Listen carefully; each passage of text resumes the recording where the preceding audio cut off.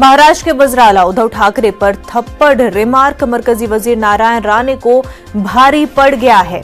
दिन भर शिव सैनिकों और राणे के हिमायतियों में टकराव जारी रहा। शाम होते होते राणे को गिरफ्तार कर लिया गया। महाड मजिस्ट्रेट कोर्ट ने खराब सेहत की बुनियाद पर राणे को 15,000 के मुचलके पर जमानत दे दी। कोर्ट ने राणे को दूसरी मर्तबा इस तरह के रिमार्क नहीं करने की वार्निंग भी दी है। इसी के साथ नारायण राणे को 30 अगस्त और 13 सितंबर को पुलिस के सामने पेश होने की हिदायत दी गई है। इसके लिए कोर्ट ने शर्त रखी है कि पुलिस को 7 दिन कबल राणे को पेशी के लिए नोटिस देना होगा। पुलिस ने अदालत से नारायण राणे की 7 दिन की पुलिस तहवील की अपील की थी। जमानत पर रिहा होने के बाद नारायण राणे ने सत्यमेव जयते ट्वीट किया।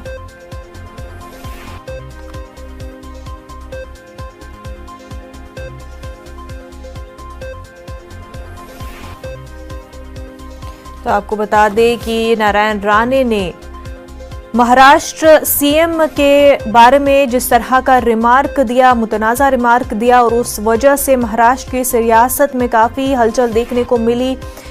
शिवसेना कारकुनान जो है सड़कों पर उतर आए, वहीं बीजेपी कारकुनान भी आमने सामने थे उनके। और जहां शिवसेना काफ़ी ज़्यादा नारायण राणे के इस बयान से भड़क उठी, वहीं बीजेपी जो है नारायण राणे के हिमायत में खड़ी हुई और कहा कि उन्होंने तो बस सीएम उद्धव ठाकरे को यौम आज़ादी की अहमियत समझानी चाहिए, यौम आज़ादी के मतलब क्या है वो समझानी चाहिए, और उस पर ही उन्होंने वो बात कही। हमारे नुमाइंदे प्रशांत इस वक्त बराह रास्त हमारे साथ जुड़ चुके हैं। प्रशांत, गिरफ्तारी भी हुई लेकिन जमानत के बाद नारायण राणे का ट्वीट कि सत्यमेव जयते, यानी कि उन्होंने अभी भी नहीं माना कि कुछ गलत बयान दिया है उन्होंने।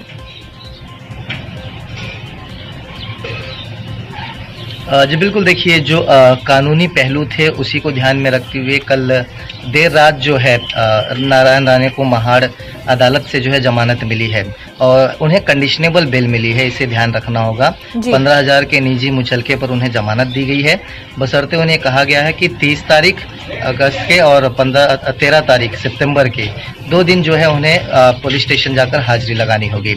और देखिए जो दलीलें दी गई थी नारायण राणे के वकील की तरफ से वो एकदम साफ थी कि 23 तारीख को इन्होंने बयान दिया था, 24 तारीख को एफआईआर दर्ज हुई है और बिना किसी नोटिस के, बिना किसी इंटेंशन के, किसी जानकारी के उन्हें गिरफ्तार करने की प्रक्रिया को अंजाम दिया गया है, जो विदाउट कानून में नहीं आता है।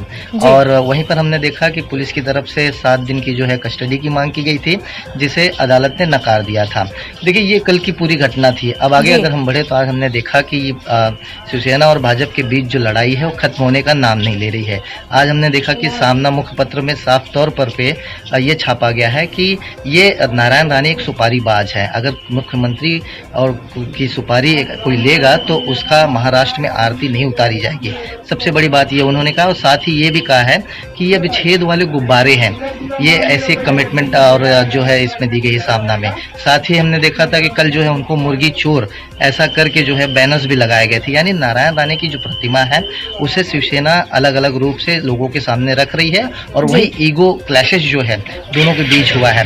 अब कानूनी प्रक्रिया की बात की जाए तो आज जो है मुंबई हाई कोर्ट में सुनवाई होनी है, जहां पर नारायण राणे की तरफ से याचिका दी गई है कि उनके खिलाफ जो भी एफआईआर की गई है उसे पूरी तरह से खारिज की जाए। तो उस पर आज जो है मुंबई हाई कोर्ट में सुनवाई हुई। देखना होगा क्या कुछ मुंबई हाई कोर्ट में इस पूरे मामले में होता है। और आने वाले दिनों में, क्योंकि कल नारायण राणे जब अदालत से छूट करके जो है अपने निवास स्थान की तरफ पहुंचे तो देखा गया कि देर रात में जो है जश्न मनाया गया। साथ ही साथ उनके बेटे ने ट्वीट करके जवाब दिया है कि करारा जवाब दिया जाएगा। यानी भाजपा और शिवसेना के बीच की जो लड़ाई है नारायण राणे को लेकर वो थमती नजर नहीं आ रही फिलहाल तो। बिल्कुल प्रशांत, यहाँ पर ये मामला जो है जमानत के साथ ही रुकने वाला नहीं है। जिस तरह से शिवसेना और बीजेपी भी इस मामले को तूल दे रहे हैं, ये मामला काफी आगे बढ़ सकता है और भी। प्रशांत, बेहद शुक्रिया आपका। आगे बढ़ते अफगानिस्तान छोड़ने की उम्मीद रखने वाले हजारों अफगान काबुल एयरपोर्ट पर कतार में खड़े हैं। तालिबान ने अमेरिका और दीगर नेटो ममालिक के लिए इनखला की तारीख में तोसी से इनकार कर दिया है, जिसके बाद लोगों में बेचैनी देखी जा रही है। पुरुमीद शहरी गंदे पानी से भरी हुई नहर में खड़े थे ताकि उनके दस्तावेज को फौजी चेक कर ले। वाज़ेह है अमरीका ने अफगानिस्तान से मुकम्मल इनखला के लिए 31 अगस्त की तारीख तय की है। दूसरी जानिब अमरीका के सदर जो बाइडन ने कहा है कि अमरीका 31 अगस्त तक अफगानिस्तान से निकलने की रफ्तार पर है। वहीं तालिबान ने सिक्योरिटी वजूहात की बुनियाद पर अफगान शहरियों के काबुल हवाई अड्डे तक पहुंचने पर रोक लगा दी है। In a short period of time, but people have sort of risen to the challenge, accepted what's been put in front of them, and we really focused on the importance of recovering the entitled personnel, doing their mission, and doing it for a good cause. And of course, your soldiers are very young, a lot of them, right? This is not something they're probably ever expected to do. No, I think that's a fair comment for many people at any age. Not many will have seen scenes such as this. But again, driven by that real sense of purpose, they've actually absolutely been committed to the task. Taliban के तर्जुमान ज़बीउल्लाह मुजाहिद ने एक press conference में कहा कि तालिबान तमाम ममालिक के साथ अच्छे ताल्लुकात कायम करना चाहते हैं। नई हुकूमत की खारजा पॉलिसी के बारे में बात करते हुए तर्जुमान ने कहा कि तालिबान तमाम ममालिक के साथ अच्छे ताल्लुकात करना चाहते हैं और दोस्त ममालिक पर जोर दिया कि वो तालिबान से राब्ता करने में पहल करें। चीन के साथ ताल्लुकात के बारे में पूछे जाने पर ज़बीउल्लाह मुजाहिद ने कहा कि तालिबान चीन के साथ इक़्तिसादी और दोस्ताना ताल्लुकात के ख्वाहां हैं। अफ़गान तालिबान के तर्जुमान ने मजीद कहा कि तालिबान एहलकार किसी गैर मुल्की सफारत खाने की इमारतों में दाखिल नहीं होंगे और सफारत खाने के इलाके के लिए सिक्योरिटी खदमात फराहम करेंगे। मुजाहिद ने जोर दिया कि अल-कायदा समेत किसी भी दहशतगर्द तंजीम को पड़ोसी ममालिक के खिलाफ दहशतगर्दी की कार्रवाइयां करने के लिए अफगानिस्तान की सरजमीन इस्तेमाल करने की इजाजत नहीं दी जाएगी।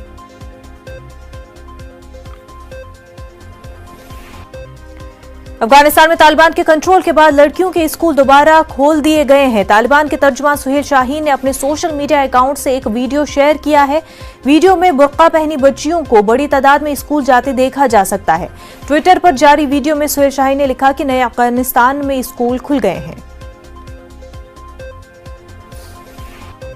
वहीं तालिबान के तर्जुमान सुहेल शाहीन ने अपने सोशल मीडिया अकाउंट से एक और वीडियो शेयर किया है जिसमें एक सड़क का तामीराती काम किया जा रहा है।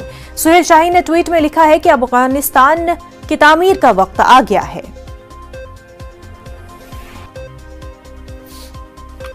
हमारे नुमाइंदे शैलेंद्र बांगू इस वक्त हमारे साथ जुड़ चुके हैं। शैलेंद्र, अफगानिस्तान के हवाले से कई डेवलपमेंट्स आ रही हैं और जिस तरह से इनखला की बात हो रही है, तौसी की उम्मीद की जा रही थी लेकिन तालिबान उस पर रजामंद नहीं है। देखिए, आपको बता दें कि सबसे पहले अभी अफगानिस्तान में गवर्नमेंट अब तक नहीं बनी है, नई सरकार नहीं बनी है, उसकी शक्ल कैसी होगी अब तक क्लियर नहीं है जी। इसी बीच हिंदुस्तान ने कल यूएनएचआरसी में जो बयान दिया उसमें साफ किया कि एक इंक्लूसिव ब्रॉड बेस्ड सरकार होनी चाहिए ताकि उसकी एक्सेप्टेबिलिटी दुनिया भर में हो, तो दुनिया भर में उसको रिकॉग्निशन मिल सके। और वहीं भारत ने कहा कि जो महिलाएं हैं, बच्चे हैं और जो माइनॉरिटीज हैं, उनकी जो ख्वाहिशात हैं, उनके जो हकूक हैं, उनको पूरा किया जाना चाहिए, उनका ख्याल रखा जाना चाहिए। तो ऐसे में अहम बात यह है कि इस वक्त तालिबान उस चौराहे पर है जहां पर वो अपनी इमेज को लेकर और नई सरकार को लेकर दुनिया भर में एक ऐसा माहौल बनाना चाहता है कि वो दिखाना चाहता है कि वो पहले जैसे तालिबान नहीं है जी। लेकिन आपको ये याद दिला दें कि जो एमपी अनारकली, जो सांसद, इकलौती महिला सांसद है, सिख सांसद है, अफगानिस्तान की रह चुकी हैं, उन्होंने हमको बताया कि ये वक्त ही बताएगा कि तालिबान का असली चेहरा क्या है और वो क्या अपने वादों पर जो वो अभी कह रहे हैं, और जो हालांकि उन्होंने साफ कर दिया कि ये एक डेमोक्रेटिक नहीं, एक इस्लामिक एमिरेट होगी, एक वैसी गवर्नमेंट वहां पर होगी, डेमोक्रेटिक कंट्री नहीं होगी। तो जाहिर तौर पर ऐसे में तालिबान जो अभी कह रहा है उस पर कितना यकीन किया जा सकता है, इस पर थोड़ा अभी जल्दबाजी होगा, क्योंकि लगातार दुनिया भर के जो मुल्क हैं वहाँ के हालात को लेकर नजर बनाए हुए हैं। इसी बीच इवैक्यूएशन को लेकर 31 अगस्त आखिरी तारीख है और लगातार कोशिश है कि सभी को वहाँ से जल्दी इवैक्यूएट किया जाए। हालांकि डेडलाइन बहुत जल्द खत्म हो रही है, इसलिए होड़ लगी हुई है वहाँ से सभी लोगों को बाहर निकालने की भी है जो वहाँ से बाहर निकलना चाहते हैं। तो इसी बीच अब तालिबान ने जो कल प्रेस कॉन्फ्रेंस करके तमाम बातें कही हैं, ये सिर्फ और सिर्फ अपनी इमेज दिखाने के लिए, और हालांकि उन्होंने ये भी कहा है कि जो ख्वातीन है वो घर पे ही रहे, घरों पे ही रहे, बाहर ना निकले, सिक्योरिटी सिचुएशन जब तक हालात नॉर्मल नहीं हो जाता। उन्होंने ये भी कहा है कि एयरपोर्ट में भीड़ बहुत है, इसलिए जो अफगानी नेशनल्स हैं वो एयरपोर्ट ना जाएं, सिर्फ फॉरेन नेशनल्स ही एयरपोर्ट जाएं ताकि वो देश छोड़ के बाहर जा सके। अफगानी नेशनल्स के लिए उन्होंने ये भी बोला है कि जो पढ़े लिखे लोग हैं, जो एक इंजीनियर्स हैं, डॉक्टर्स हैं, वो अफगानिस्तान छोड़ के ना जाए दूसरे मुल्कों के कहने पर। तो कुल मिलाकर अफगानिस्तान में जो तालिबान का कब्जा हो चुका है, तो वो अब एक ऐसी सरकार एक ऐसी छवि क्रिएट करना चाहते हैं, ऐसी इमेज क्रिएट करना चाहते हैं जो दुनिया भर में उनकी एक्सेप्टेबिलिटी को मजबूत कर सके। बिल्कुल। और वहीं अगर हम बात करें क्या तमाम तर जो हिंदुस्तानी नेशनल्स अफगानिस्तान में फंसे हुए थे, क्या उन तमाम तर को वापस मुल्क लाया जा चुका है? ये भी माना जा रहा है कि कुछ फ्लाइट्स आनी बाकी हैं और आज या कल में भी कुछ फ्लाइट्स वहां से वापस आएंगी। कल भी हमने देखा कि एयरपोर्ट पर सुबह करीब 70 से ज्यादा लोग जो हैं, जिसमें सिख समुदाय के भी लोग शामिल थे, और श्री गुरु ग्रंथ साहिब को भी वहां से 3 गुरु ग्रंथ साहिब को भी वहां से हिंदुस्तान लाया गया। और उनका कल हमने देखा कि हरदीप पुरी जो केंद्रीय मंत्री हैं और वी मुरलीधरन जो MOSME है, उन्होंने स्वागत भी किया था और वो उन्होंने सेवा भी की और गुरुद्वारे में जाके यहाँ पर दिल्ली में जो गुरुद्वारा है वहाँ पे उनको रखा गया है। तो फिलहाल कोशिश ये की जा रही है कि सभी इंडियंस को वहाँ से निकाला जा सके, लेकिन अभी लगातार कोशिश है, क्योंकि सिक्योरिटी का मामला है, सेंसिटिव मामला है, इसलिए कोई नंबर नहीं दिया गया है। लेकिन ये बताया जा रहा है कि अभी भी कुछ फ्लाइट्स वहाँ से आना बाकी है, कोशिश लगातार जारी है। और ये भी बताया जा रहा है कि एक विशेष टीम भेजी गई है हिंदुस्तान से, जिसमें इंडियन ऑफिशियल्स हैं और वो वहाँ पर एयरपोर्ट पर मौजूद हैं, ताकि वहाँ पर इजीली एंड हैसल फ्री तरीके से सभी उन लोगों को जिसमें इंडियन नेशनल्स हों या वहाँ की माइनॉरिटीज हों, सिख समुदाय हो या फिर आम अफगान नागरिक हो जो देश छोड़ना चाहते हैं, उनकी मदद के लिए टीम वहाँ पर मौजूद है। तो कोशिश यही है कि सभी लोग वहाँ से टाइम रहते 31 अगस्त से पहले सुरक्षित निकलें। बिल्कुल। और वहीं अफगानिस्तान का बयान भी आता है कि वो जो है तमाम तर ममालिक से दोस्ताना ताल्लुकात चाहते हैं और चीन के हवाले से भी बयान दिया है। बिल्कुल बिल्कुल, जैसे मैंने आपको बताया कि अफगानिस्तान की नई सरकार, हालांकि ये भी तस्वीर कल सामने आ रही थी कि उन्होंने कल चीन के एक एम्बेसडर से भी मुलाकात की है। चीन लगातार इस तरह का रवैया दिखा रहा है कि वो तालिबान को एक्सेप्ट करने को तैयार है, तालिबान सरकार को एक्सेप्ट करने को तैयार है। अभी तक ऑफिशियली किसी ने रिकॉग्निशन नहीं दिया है, क्योंकि अभी तक सरकार वहां पर नहीं बनी है। माना जा रहा है कि 31 अगस्त के बाद ही, क्योंकि जो डील हुई है उसके अनुसार 31 अगस्त के बाद ही सरकार वहां पर शक्ल लेगी और उसके बाद ये देखा जाएगा कि दुनिया भर के लोग क्या चाहते हैं। क्योंकि कल G7 कंट्रीज की बैठक भी हुई है, जिसमें भी अफगानिस्तान के हालात पर चर्चा हुई और कल PM मोदी की रशियन प्रेसिडेंट से भी फोन पर करीब 45 मिनट तक बातचीत हुई है, जिसमें अफगानिस्तान ही छाया हो। NSA लेवल पर भी जो कल बातचीत हुई है, माना जा रहा है कि उसमें भी जो ब्रिक्स के NSA हैं उनके बीच में बातचीत हुई है, उसमें भी अफगानिस्तान तो अफगानिस्तान इस वक्त सबसे महत्वपूर्ण टॉपिक है, सब्जेक्ट है, जिसपे सभी मुल्क इस वक्त बात कर रहे हैं। लेकिन देखना ये होगा कि तालिबान की जो नई सरकार होगी उसकी रूपरेखा क्या होगी और वहीं जो महिलाएं, बच्चे और जो माइनॉरिटीज हैं उनका कैसा ख्याल रखा जाता है। बिल्कुल शैलेंद्र, महिलाओं को लेकर के, बच्चियों को लेकर के क्योंकि ज्यादा बहस छिड़ी हुई है और वहीं जो है अब तालिबान भी जो है कोशिश कर रहा है कि एक नई इमेज के तौर पर पेश किया जाए। जैसे कि ट्विटर पर वीडियो भी शेयर किया गया था कि स्कूल खुल चुके हैं और बच्चियां जो है वो स्कूल जा रही हैं, तो एक तरह से एक पैगाम कि वो बच्चों के हुकूक के लिए जो एजुकेशन राइट्स है और बाकी राइट्स है वो उनको देने को तैयार है। बिल्कुल बिल्कुल, अब लगातार कोशिशें की जा रही है ट्विटर हैंडल के जरिए भी और दूसरे तरीकों से भी, प्रेस कॉन्फ्रेंस के जरिए भी। तालिबान ये दिखाना चाहता है कि वो पहले से बहुत लिबरल है, महिलाओं और बच्चियों की एजुकेशन के लिए वो पहले के जैसे नहीं बिहेव कर रहा है।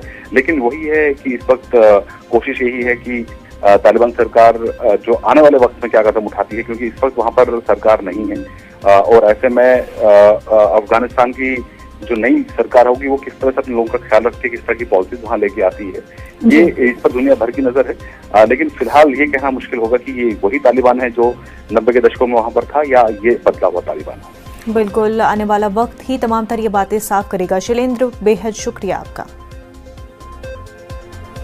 आगे बढ़ते हैं। मरकजी वजीर मुख्तार अब्बास नकवी ने अफगानिस्तान से हिंदुस्तानी और तारकीन वतन को हिंदुस्तान लाने के मामले में कहा है कि जो लोग CAA और NRC पर हंगामा कर रहे थे उन्हें शर्म आनी चाहिए, क्योंकि जो लोग हिंदुस्तान आना चाहते हैं उनके लिए दरवाजे खुले हैं और किसी मजहब की बुनियाद पर किसी को रोका नहीं जा रहा है। जो नेतृत्व है नरेंद्र मोदी जी का, वो एक संकट मोचक नेतृत्व है और ऐसे संकट के समय में वो आगे बढ़ करके अग्रणी भूमिका इंसानियत को बचाने के लिए, मानवता को बचाने के लिए करते रहे हैं। आपको याद होगा जब कोविड का कहर पूरे दुनिया में था तो भारत के लाखों लोगों को सुरक्षित हिंदुस्तान लाने का काम इन्हीं नरेंद्र मोदी जी के नेतृत्व में हुआ और आज अफगानिस्तान में जो भारतीय हैं उनको भी सुरक्षित भारत लाया जा रहा है। न केवल भारतीयों को बल्कि जो भी वहाँ पर मजलूम हैं, जो भी पीड़ित हैं, जो भी प्रताड़ित हैं, जो भी चाहते हैं हिंदुस्तान आना, उनको यहाँ लाया जा रहा है। लेकिन अफसोस की बात है कि वो लोग जो लोग की सीए को लेकर के हाहाकार और हंगामा कर रहे थे और सीए का हॉरर शो पूरे देश में घुमा घुमा करके दिखाने की कोशिश कर रहे थे, आज उनको शर्मिंदगी होनी चाहिए। उन्होंने कहा था कि अमुक धर्म के लोगों को जो है वो आना देंगे और अमुक धर्म के लोगों की नो एंट्री बोर्ड लगा दिया जाएगा। उस वक्त भी कहा जा रहा था कि भाई ये जो वहाँ के अल्पसंख्यक जो पीड़ित हैं, प्रताड़ित हैं, परेशान हैं, जो आना चाहते हैं उनके लिए है ये, लेकिन और भी कोई आना चाहता है तो उसके लिए नो एंट्री बोर्ड नहीं लगा हुआ है और ये आज साबित हो गया। लेकिन निश्चित तौर से जो नरेंद्र मोदी जी के नेतृत्व में मानवता की रक्षा के लिए, इंसानियत की रक्षा के लिए जो काम हो रहा है उसको न केवल हिंदुस्तान सराह रहा है बल्कि पूरी दुनिया उसकी सराहना भी कर रही है और सलाम भी कर रही है। ब्रेक के बाद आपका खैर मकदम है। आंध्र प्रदेश हुकूमत ने तालीमी साल 2021-22-23 और 23-24 के लिए प्राइवेट स्कूलों और कॉलेजों की फीसों के तयन के हवाले से जियो जारी किया है, जो कि शहरी और दी हदूद के मुताबिक है। जियो के मुताबिक प्राइमरी स्कूल की फीस 10,000 से 12,000, हाई स्कूल की फीस 12,000 से 18,000 और एमपीसी बीआईपीसी की फीस 12,000 से 20,000 के बीच मुकर्रर करना होगा। एपी हुकूमत की रेगुलेटरी कमेटी ने वज़ीर-ए-आला जगनमोहन रेड्डी से फीस स्ट्रक्चर से मुतालिक रिपोर्ट पेश की थी, जिसके बाद ये फैसला लिया गया। एपी हुकूमत को कोरोना वबा के इस दौर में निजी स्कूलों और कॉलेजों के जरिए ज्यादा फीस वसूल करने की शिकायत मिली थी, जिसके बाद ये फैसला लिया गया था। विजयवाड़ा से हमारे नुमाइंदे इसहाक हमारे साथ जुड़ चुके हैं। इसहाक, फीस स्ट्रक्चर को लेकर के हुकूमत ने फैसला लिया है। हाँ, देखा जाए तो जो प्राइवेट स्कूल्स जो है ना, कॉलेजेस और स्कूल जो है ना, कॉर्पोरेट स्कूल से ज्यादा फीस वसूलने के जो कंप्लेंट्स आ रहे हैं उस पे जो है ना एक रेगुलेटरी मॉनिटरिंग कमेटी बिठाई गई। जो कमेटी जो कि सिफारिश की गई उसके हिसाब से जो है ना फीस को रख दिया। और दूसरी जहाँ कोरोना वबा के चलते कॉर्पोरेट और प्राइवेट स्कूल जो है ना ज्यादा फीस वसूल करते हैं, तो इसको जो है ना रेगुलेट करने के लिए एक फीस स्ट्रक्चर जो है ना दिया गया, जो विलेज लेवल और अर्बन और सिटी लेवल में 3 लेवल पे सेपरेट रखा गया। वही जहां इंटरमीडिएट के कॉलेजेस के लिए भी फीस जो है ना पूरी तरह से उसी तरह से जो विलेजेस और अर्बन और सिटी 3 हिसाब से रखा गया। पूरी तरह से जियो में दिया गया कि इसको फीस को जो है ना पूरी तरह से इम्प्लीमेंट करना है। वही जो काशन डिपॉजिट से और डोनेशन जो है ना पूरी तरह से ना वसूल किया जाए। इस पे जो है ना किसी तरह से कंप्लेंट आए तो वो रजिस्ट्रेशन और उस पर भी एक्शन लिया जाएगा। जी बिल्कुल, एक्शन लिया जाएगा। इस तरह का एपी हुकूमत ने फैसला लिया है। इसहाक, बेहद शुक्रिया। आगे बढ़ते, मध्य प्रदेश में आज से 2 रोजा कोरोना वैक्सीनेशन महाअभियान शुरू हो गया है। 2 रोजा कोरोना वैक्सीनेशन महाअभियान के एक रोज में 20 लाख लोगों को वैक्सीन लगाने का हदफ रखा गया है। वाज़ेह है कि मध्य प्रदेश में अब तक 4 करोड़ से ज्यादा लोगों को वैक्सीन लगाई जा चुकी है, जिसमें पहला डोज 60% लोगों को लगाया गया है, जबकि दूसरा डोज लगाने वालों की तादाद सिर्फ 12% है। 2 रोजा वैक्सीनेशन महाअभियान के पहले दिन आज पहला और दूसरा दोनों डोज लगाए जाएंगे, जबकि 26 अगस्त को सिर्फ दूसरा डोज ही लगाया जाएगा। कोरोना वैक्सीन महाअभियान के लिए रियासतगीर सतह पर तैयारी की गई है। राजधानी भोपाल में वैक्सीन लगाने के लिए 704 सेंटर बनाए गए हैं। भोपाल से हमारे नुमाइंदे मेहताब आलम हमारे साथ जुड़ चुके हैं। मेहताब आलम, 2 रोजा महाअभियान वैक्सीनेशन के हवाले से चलाई जा रही है। मुनव्वर, इसकी वजह यह कि मध्य प्रदेश जो है 18+ लोगों को जो है 100% वैक्सीन लगाना चाहता है और 4 करोड़ लोगों को अब तक लगाया जा चुका है। और वज़ीर-ए-आला ने जो इस मुहिम को कामयाब बनाने के लिए तमाम लोगों, चाहे मजहबी रहनुमा हो, समाजी रहनुमा हो या फिर मध्य प्रदेश के इंचार्ज वजीर और जो दूसरे सेक्टर है, सबके लोगों से बातचीत की है। और आज पहले दिन 20 लाख लोगों को वैक्सीन लगाने का हदफ रखा गया है। राजधानी भोपाल की बात करें तो यहाँ पर 704 सेंटर बनाए गए हैं। यहाँ पर जो है मोबाइल वैन भी रहेगी, जिसको जहाँ पर भी आसानी हो तमाम लोग जाकर उससे वैक्सीन लगवा सकते हैं। मुस्लिम तंजीमों ने भी बड़ी तादाद में शिरकत की है। राजधानी भोपाल की बात करें, दूसरे शहरों में हर जगह पर उनकी बड़ी तादाद में शिरकत है। बिल्कुल, हर जगह पर जो है बड़ी तादाद में शिरकत की जा रही है महाअभियान में। बेहद शुक्रिया मेहताब आलम। आगे बढ़ते, बिहार में पंचायती इंतखाबात के शेड्यूल जारी हो गए हैं। 11 मरहलों में पंचायती इंतखाबात होंगे। 24 सितंबर से 12 दिसंबर तक चलने वाले इंतखाबात के लिए बिहार इलेक्शन कमीशन ने नोटिफिकेशन जारी कर दिया है। हमारे नुमाइंदे महफूज आलम पटना से हमारे साथ जुड़ चुके हैं। इलेक्शन के हवाले से नोटिफिकेशन जारी कर दिया गया है। महफूज, जी मुनज्जा, बिहार पंचायत इंतखाबात को लेकर इलेक्शन कमीशन ने तमाम नोटिफिकेशन जारी की है, हिदायतें जारी की है। 24 सितंबर से लेकर 12 दिसंबर तक 11 मरहले में पंचायत का इंतखाब होना है। जी मुनज्जा, खास बात यह है कि इस बार के बिहार पंचायत इंतखाब में पहली बार ईवीएम का इस्तेमाल किया जाएगा जी। और ये लोगों के लिए एक अट्रैक्शन का वजह भी बना हुआ है। इलेक्शन कमीशन ने ये भी कहा है कि डिजिटलाइजेशन को जो है इस इंतखाब में इस्तेमाल ठीक ठाक से किया जाएगा जी। पंचायत के इंतखाबात में करीब 6 पोस्ट होते हैं। उन 6 ओहदों में 4 ओहदों के लिए ईवीएम से वोटिंग डाला जाएगा, जबकि 2 ओहदों के लिए बैलेट पेपर से लोग जो है अपने हक रायदही का इस्तेमाल करेंगे। 1,13,000 से ज्यादा वोटिंग के मराकिज बनाए गए हैं जी। इसी तरह कोड ऑफ कंडक्ट जो है देही इलाकों में लगा दिया गया है जी। खास बात ये भी है कि बिहार में जब भी पंचायत का इंतखाब होता है तो एक सबसे बड़ा मसला सिक्योरिटी से जुड़ा हुआ होता है। आपने देखा होगा कि जब भी पंचायत का इंतखाब होता है तो काफी हंगामा होते हैं, यानी असेंबली के इंतखाब और लोकसभा के इंतखाब से ज्यादा हंगामा बिहार में पंचायत के इंतखाब में होता है, इसलिए कि देही इलाकों से लोग जुड़े होते हैं और हर आदमी चाहता है कि अपनी पसंद के हिसाब से उनके उम्मीदवार जो है जीत कर आ जाएं। तो इलेक्शन कमीशन ने ये इस बार साफ किया है कि खौफ से पाक माहौल में और साफ शफाफ तरीके से इंतखाब होगा, जिसके लिए सिक्योरिटी का सख्त इंतजाम किया गया है। जिला इंतजामिया को कहा गया है, ब्लॉक लेवल पे कहा गया है जी। तो हिफाजत का सख्त इंतजाम होगा। बिल्कुल, सिक्योरिटी के तमाम तर इंतजाम किए जाएंगे। बेहद शुक्रिया महफूज आलम आपका।